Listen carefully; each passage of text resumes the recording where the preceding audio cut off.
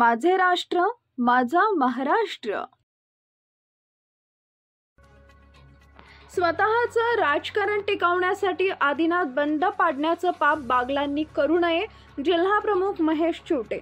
माजी आमदार संजय मामा शिंदे यांचं पॅनल निवडून आले तर संजय मामा कारखाना सक्षमपणे चालवतील व त्यांचा गट तालुक्यात मजबूत होईल।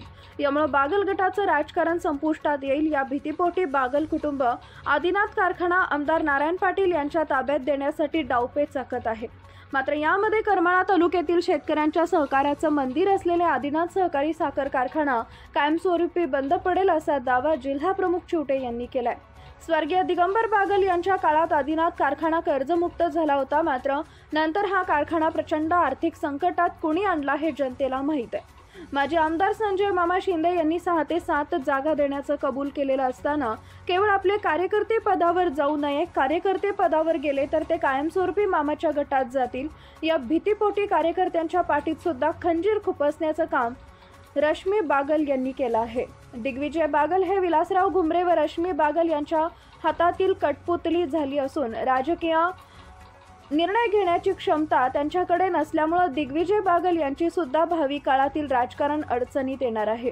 दिग्विजय बागल हे सक्षम युवा नेतृत्व असून स्वर्गीय दिगंबरराव बागल यांच्यावर प्रेम करणारे सर्व कार्यकर्ते दिग्विजय बागल यांना नेता म्हणून स्वीकारतात।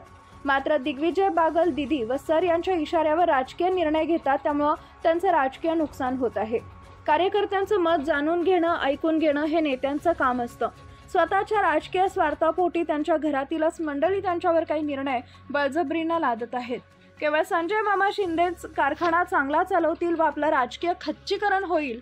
वेळ पडली तर आदिनाथ कारखाना उद्ध्वस्त झाला तरी चालेल, मात्र आपलं राजकारण टिकलं पाहिजे अशी भूमिका विलासराव घुमरे व रश्मी बागल घेत आहेत।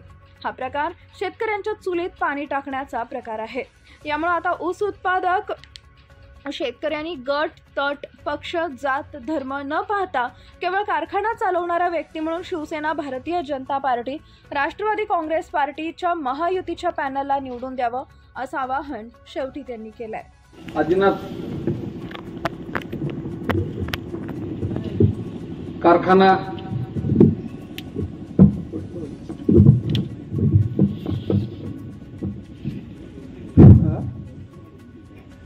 आदिनाथ सहकारी साखर कारखान्याच्या निवडणुकीच्या निमित्तानं उमरड येथे होत असलेल्या प्रचार सभेचे अध्यक्ष व ज्यांच्या काळात आदिनाथ सहकारी साखर कारखान्यांनी सर्व विक्रम मोडीत काढले व आदिनाथ कारखाना यशस्वीपणे चालवला ते आपल्या गावचे सुपुत्र आदरणीय वामनदादा बदे व्यासपीठावर उपस्थित असलेले आपल्या तालुक्याचे माजी आमदार व होणारे आपल्या आदिनाथ सहकारी साखर कारखान्याचे चेअरमन आदरणीय संजय मामा शिंदे, ज्यांनी बारामती ॲग्रोच्या माध्यमातून खऱ्या अर्थानं करमाळा तालुक्यातल्या ऊस उत्पादकांना गेली 4 ते 5 वर्षापासून न्याय देत आहेत। जरी 4ही कारखाने बंद असताना सुद्धा दादा 5 वर्षाच फोकस मध्ये आले। बरं 19 जो वाईस चेअरमन आदिनाथच्या झाल्यानंतर तुम्ही सत्तेच्या प्रवाहाच्या बाहेर गेला कारखान्याचा आदिनाथ मधनं, मकाई मधनं, त्यानंतर खऱ्या अर्थानं करमाळा तालुक्यातील ऊस उत्पादकांना त्यांचा ऊस नेणे, त्यांना बिलं देणे, त्यांना ॲडव्हान्स देणे, वाहनं लावणे असे चांगल्या पद्धतीचं काम करून खऱ्या अर्थानं करमाळा तालुक्यातल्या ऊस उत्पादकांना न्याय दिला। तसे आमचे बारामती ॲग्रोचे उपाध्यक्ष सन्माननीय सुभाष आबा गुळवे, व्यासपीठावर उपस्थित असलेले आमचे मित्र चंद्रकांत काका सरडे, सूर्यकांतजी पाटील साहेब, सर्वता त्या ठिकाणी मान्यवर आहेत, राजेंद्र वारकुंड आहेत, सगळेच नवनाथ बापू जोळ आहेत, सगळेच। कार्यक्रमाला मी उशीर होतोय, अजून आपल्याला मामांचं सविस्तर भाषण या ठिकाणी ऐकायचंय। तानाजी बापू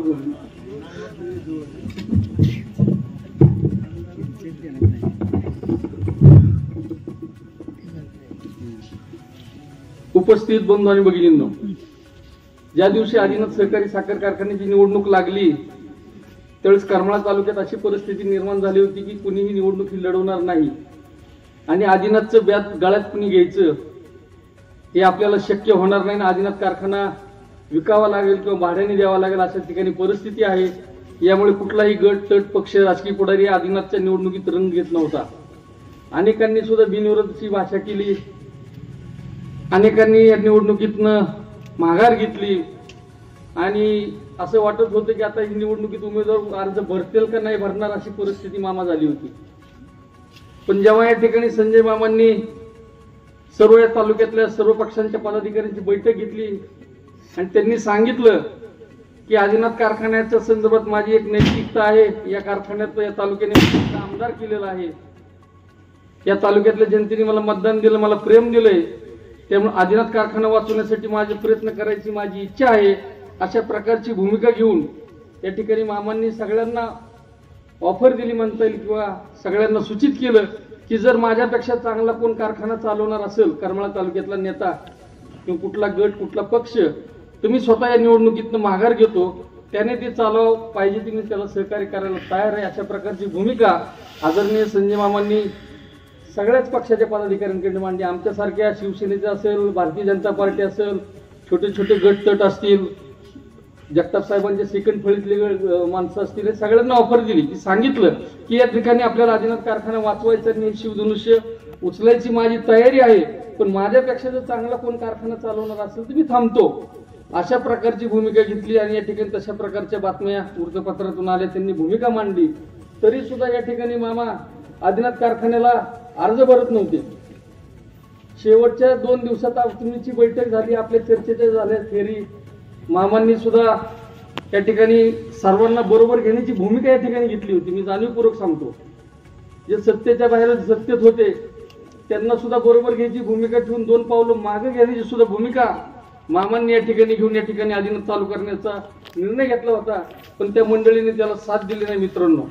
पण यावेळेस आमच्याही लक्षात आलं की आमचं राजकारण वेगळं असेल, आम्ही शिवसेनेचं काम करतो, भारतीय जनता पार्टीचं काम करतो, विधानसभेला आम्ही मामांच्या विरोधात होतो, आजपर्यंत आम्ही मामांचं कधी काम केलेलं नाही. पण ज्यावेळेस विषय आपल्या आदिनाथ सहकारी साखर कारखान्याचा येतो त्यावेळेस आदिनाथ सहकारी साखर कारखान्यावर मित्रांनो आपल्या करमाळा तालुक्यातल्या 25 ते 30 हजार कुटुंबाची या ठिकाणी चूल फुटते मित्रांनो. आणि हा कारखाना गेली 5-6 वर्षापासून बंद आहे.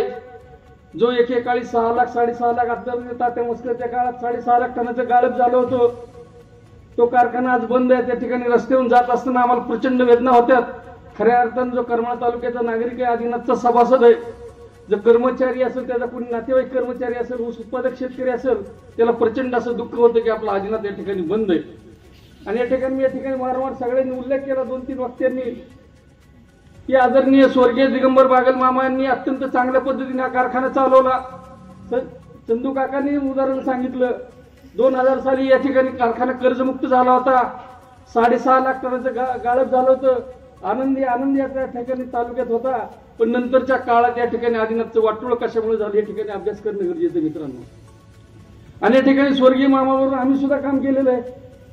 मामा सुद्धा म्हणायचे ते म्हणजे माझी मकाई दुसरं अपत्य आहे, हे दोन्ही अपत्य जर चांगली चालली, हे दोन्ही जर साखर कारखाने चांगले चालले तर करमाळा तालुक्यातल्या शेतकऱ्याचं जीवनमान उंचवणार आहे, अशा प्रकारची भूमिका घेऊन आदरणीय दिगंबर बागल मामा काम करत होते. पण आज या ठिकाणी हे आपलं आदिनाथचं जे म्हणतात ना, ते स्वर्गीय मामांना जे मानणारे कार्यकर्ते आहेत, स्वर्गीय मामांना मानणारे जे कार्यकर्ते आहेत, मामांची इच्छा होती आदिनाथ चांगला चालला पाहिजे, आदिनाथचं वैभव वाढलं पाहिजे, कारण त्यांनी त्या काळात चालवला होता. खऱ्या अर्थाने मी बागल गटाच्या कार्यकर्त्यांना या ठिकाणी विनंती करणार आहे, तुम्हाला जर स्वर्गीय दिगंबर बागल मामांना श्रद्धांजली व्हायची असेल तर तुम्हाला या निवडणुकीत संजय मामाच्या पतंगाला मतदान या ठिकाणी द्यावं लागणार आहे. कारण कारखाना चालवण्याची धमक संजय मामांकडेच आहे. आपण समोरचे उमेदवार आहेत नारायणबा पाटील, त्यांच्याबरोबर आपण काम केलेलं आहे. मगाशी सांगितलं युती आघाडीचं राजकारण करमाळा तालुक्यात केलं जातं.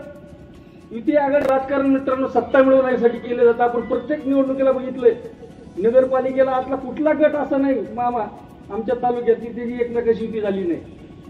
प्रसंग आला की दोघं कधी एकमेकाला मारणारे सुद्धा एकत्र होते, असं या तालुका आहे. पण या ठिकाणी आदिनाथ कारखान्यात सुद्धा या ठिकाणी युती आघाडी न करता जर युती झाली असती आपली तर प्रचंड बहुमताने या ठिकाणी पॅनल सुद्धा आलं असतं. पण या ठिकाणी वेगळ्या ठिकाणी वावड्या उठवल्या जातात आणि